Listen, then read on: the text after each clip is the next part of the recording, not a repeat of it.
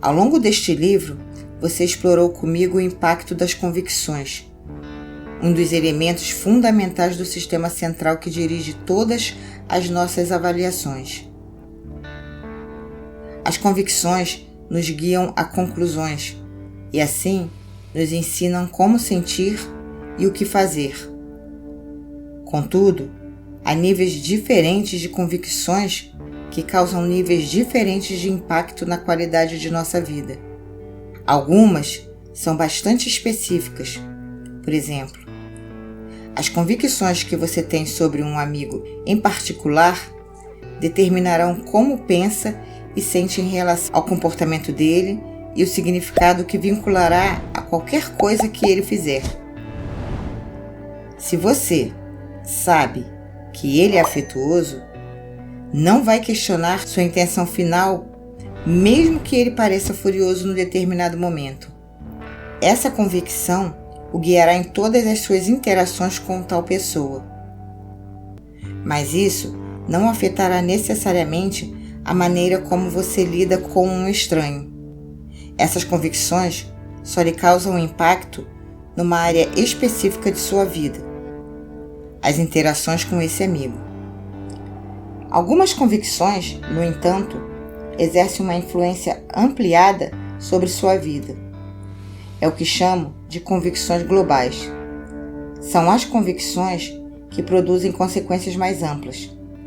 Por exemplo, as convicções que você tem sobre as pessoas em geral afetarão não apenas a maneira como lida com seu amigo, mas também com todas as pessoas que encontra. Essas convicções terão um poderoso impacto em sua carreira, nível de confiança, casamento e assim por diante.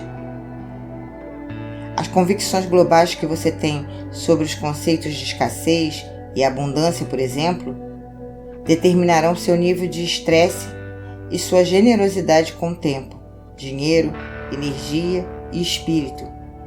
Se acredita que vivemos num mundo com recursos escassos, onde há uma quantidade limitada de dinheiro, tempo ou amor, então viverá com o medo constante de não ter o suficiente. Essa tensão afetará a maneira como pensa sobre vizinhos, colegas de trabalho, disponibilidades financeiras e oportunidades em geral.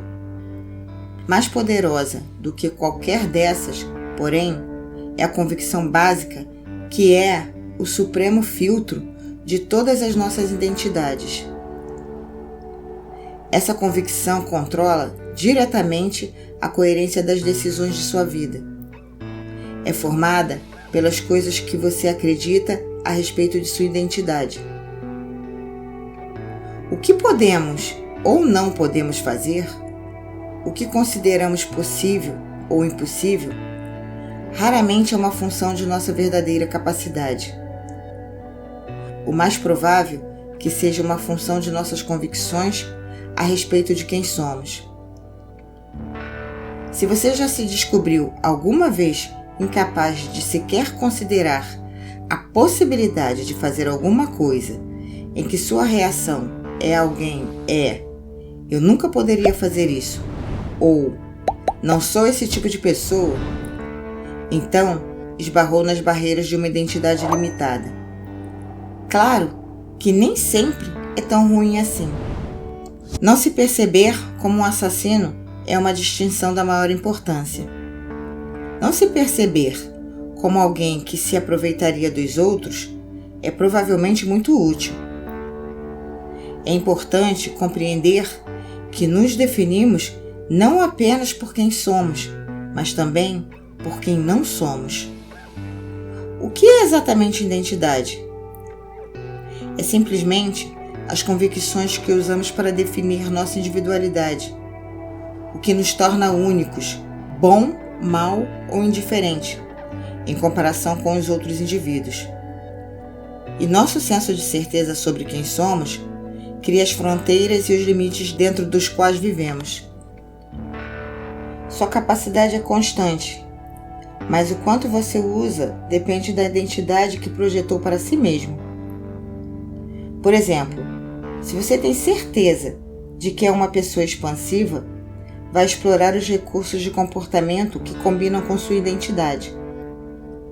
Quer se veja como um fraco, um rebelde, um vitorioso ou um alienado, vai se moldar por convicções. Talvez você já tenha lido um livro que relata a dramática mudança no desempenho de estudantes quando se tornaram convencidos de que eram talentosos. Em diversas ocasiões, pesquisadores têm demonstrado que a capacidade dos estudantes sofre a poderosa influência das identidades que desenvolvem para si mesmos, em decorrência das convicções dos professores sobre seu nível de inteligência. Num estudo, alguns professores foram informados de que determinados estudantes em suas turmas eram de fato excepcionais e que deviam desafiá-los constantemente, a fim de continuarem a se expandir. Como se podia esperar, essas crianças se tornaram as primeiras em suas turmas. O que torna esse estudo significativo é o fato de que esses estudantes não haviam demonstrado níveis superiores de inteligência, e alguns haviam até sido classificados antes como estudantes medíocres.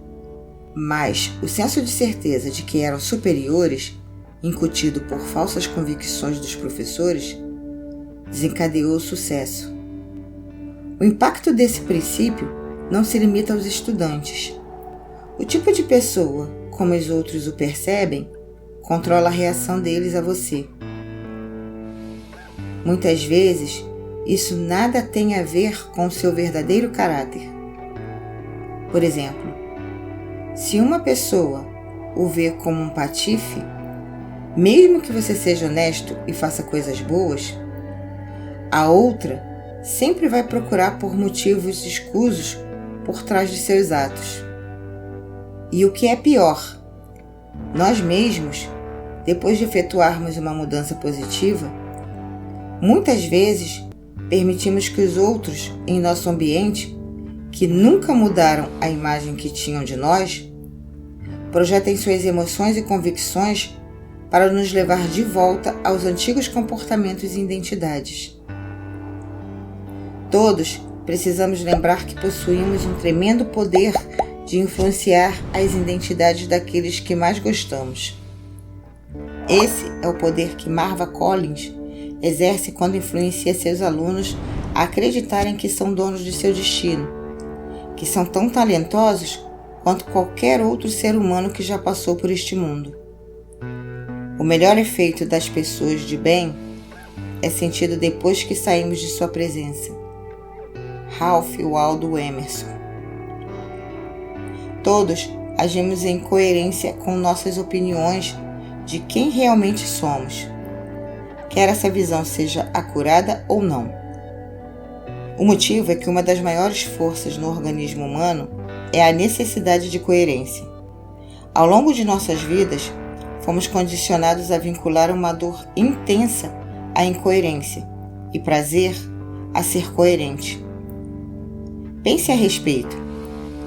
Que rótulos atribuímos às pessoas que dizem uma coisa e depois fazem outra, que alegam um jeito e depois se comportam de outro? Nós as chamamos de hipócritas, volúveis, instáveis, inconfiáveis, irresolutas, avoadas, indignas de confiança. Você gostaria que esses rótulos lhe fossem atribuídos? A resposta é óbvia. Um retumbante não.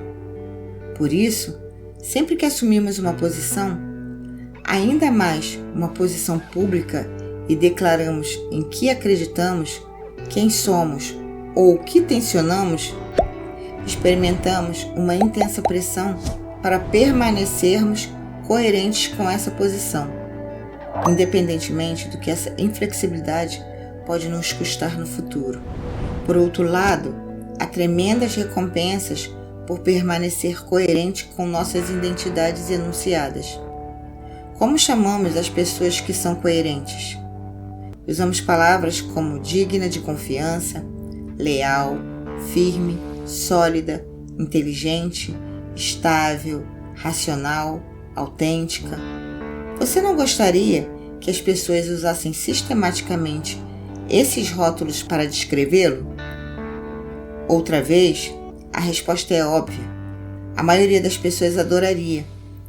Assim, a necessidade de permanecer coerente torna-se irrevogavelmente vinculada à sua capacidade de evitar a dor e adquirir prazer.